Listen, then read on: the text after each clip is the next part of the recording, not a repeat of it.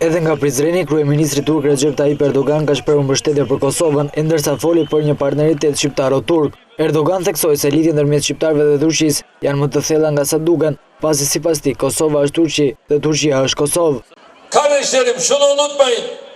Hepimiz ortak bir tarihin. Në Kosovë ndihem si në shtëpi. Prizreni është një nga shembujt e bashkëjetesës fetare.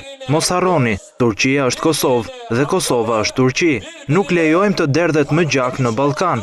Ne duam që rajonin e Ballkanit ta shohin të gjithë si një rajon të paqes, miqësisë dhe vëllazërisë.